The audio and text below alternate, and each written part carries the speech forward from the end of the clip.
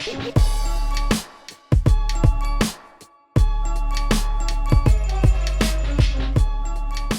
everybody, my name is Patrick Anderson. I'm an assistant professor of philosophy in the Department of Humanities at Central State University. Thank you for coming to watch this talk today. What I would like to sort of present on in this video is the process of building OER anthologies out of public domain sources.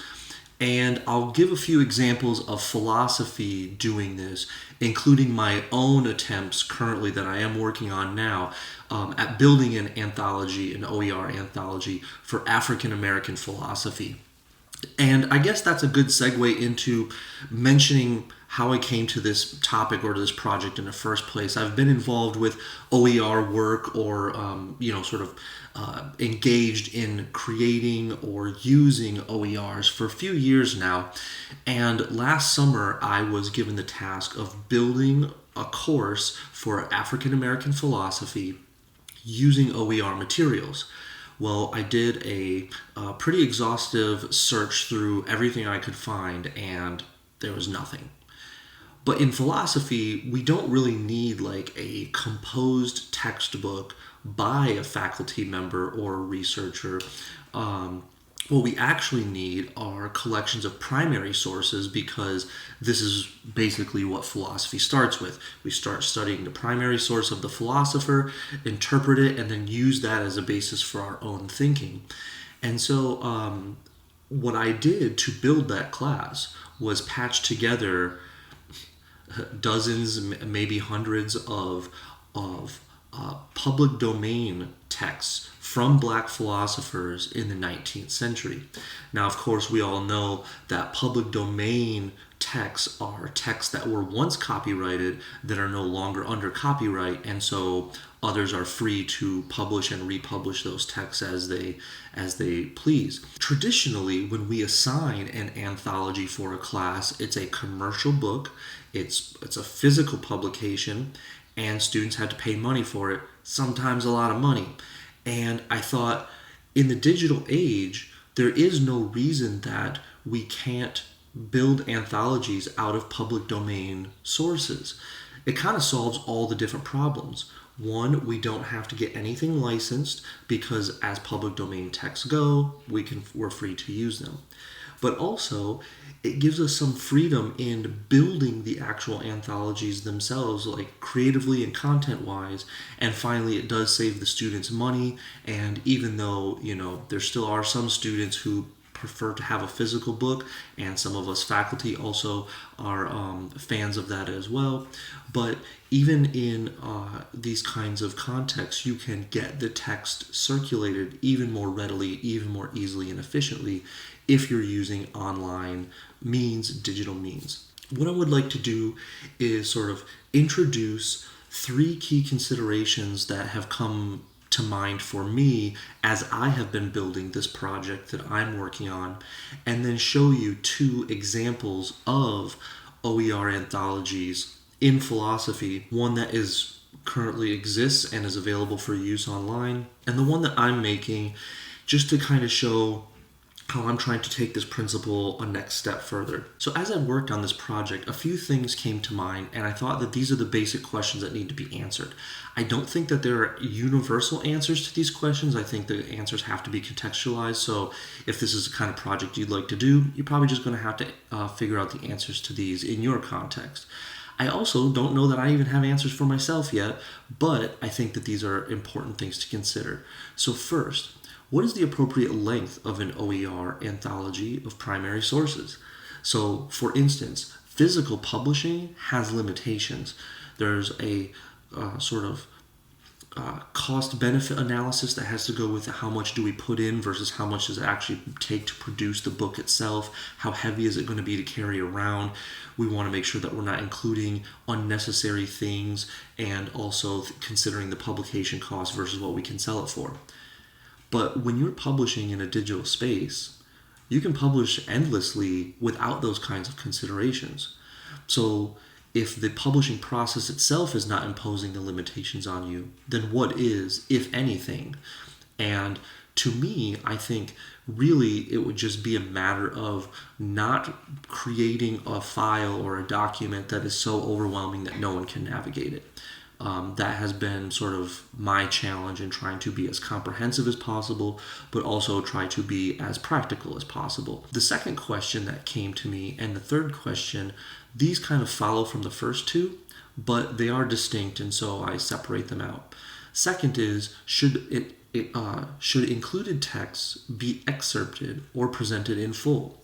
This is something that I've gone back and forth on. I do think it is important for students to read the full text whenever possible.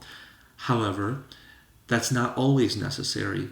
And I think this is one of those questions that there isn't going to be a universal answer to, even for a single project like mine. So for instance, in my project, some of the texts I'm actually trying to include in full, and some of them that are very, very long, I am doing my best to excerpt only those passages that really capture the main arguments of the authors of those texts. And then the third question is, how much editorial material would an OER anthology require? So should there be an introduction to the book, something about the methodology or the orientation of this particular field? Should there be section intros saying, oh, well, these 4 or 5 texts were gathered together and, they present, an image of this part of the intellectual tradition, or they take up this topic.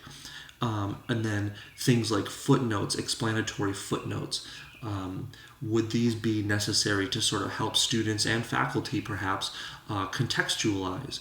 And on this, I do think it's important to have a book introduction that could be used for a class that would not only explain to the faculty members who might adopt an OER book like this how and why it was set up by the editor in this way, but also it could be assigned for a class to sort of help students orient themselves to the field and the approaches therein. I also think that section intros can be helpful.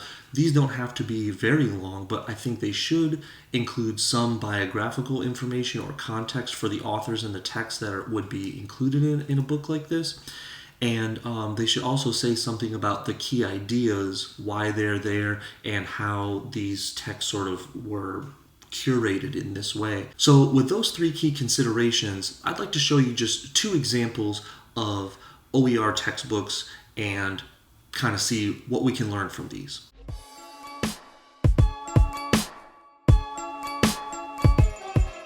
So the first one that I want to look at is an already existing OER anthology in philosophy. It's a philosophy reader edited by Charles Carroll, and he is very clear to point out that this is in the public domain. And if we scroll down here, we get a sense of the contents.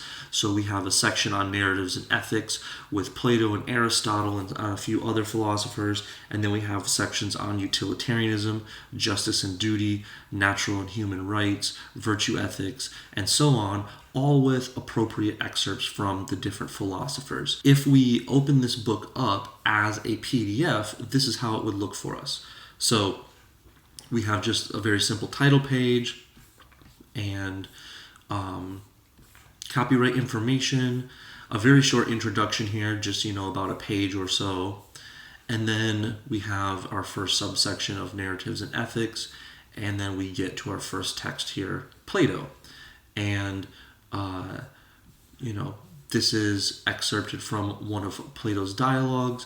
And we have a few pages. I'm kind of scrolling a little bit fast here, but that's because I want to get to the next piece. Yeah, there we go. And so this is from Aristotle's Poetics, and so on.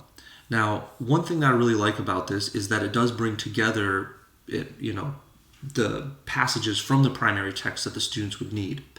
But it seems to me to be a little bit lacking in style and substance, and here's why.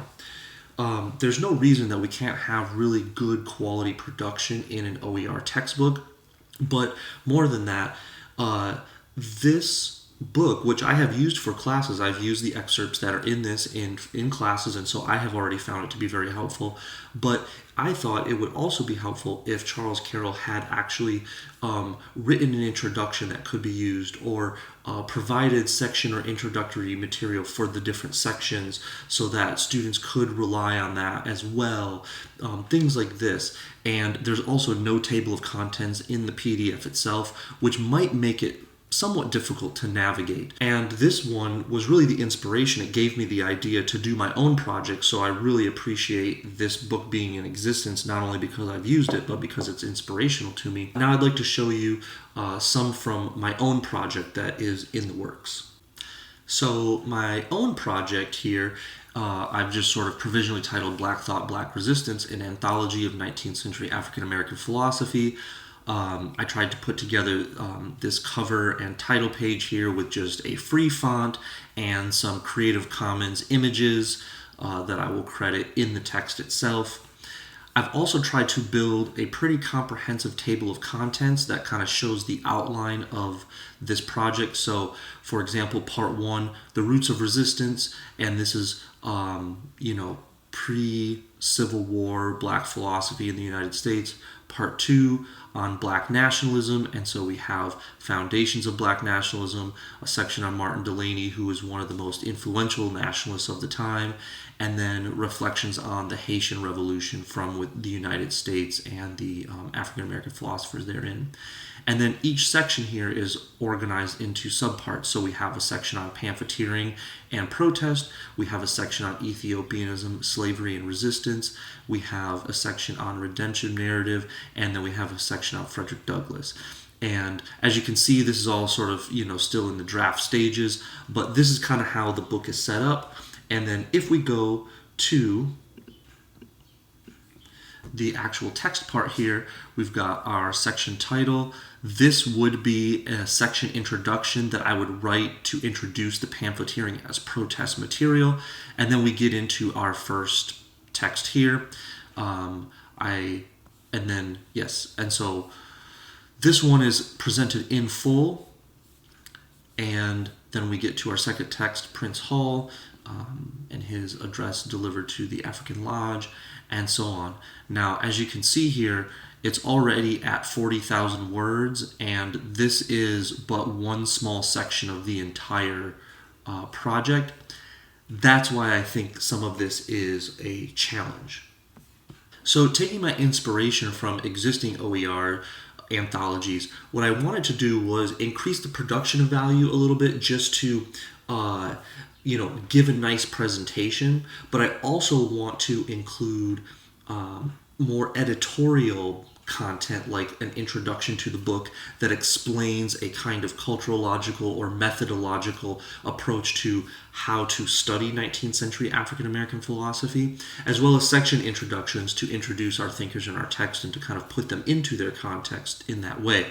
But out of the three key considerations that sort of occurred to me, I'm trying to grapple with questions like how much editorial material, what should be excerpted and what could be presented in full, and finally, how should we think about the length of this thing overall? Should this be broken up into, say, 4 different projects or 4 different anthologies, or make a volume 1 through 4, something like this? And I don't have solid answers for these yet, so hopefully in our conversations we can talk about these sorts of things, or if anybody's got some really great suggestions, I always love to hear that. And then these are the kinds of questions I think you can take back to your context and consider. Is an anthology of public domain materials the right kind of OER project for your field? And if so, what's the best way to go about it? Thanks everybody for coming and watching this video. Hopefully it has raised a few good questions for you, or at least a few helpful insights. And if you have any questions, feel free to email me. Thanks.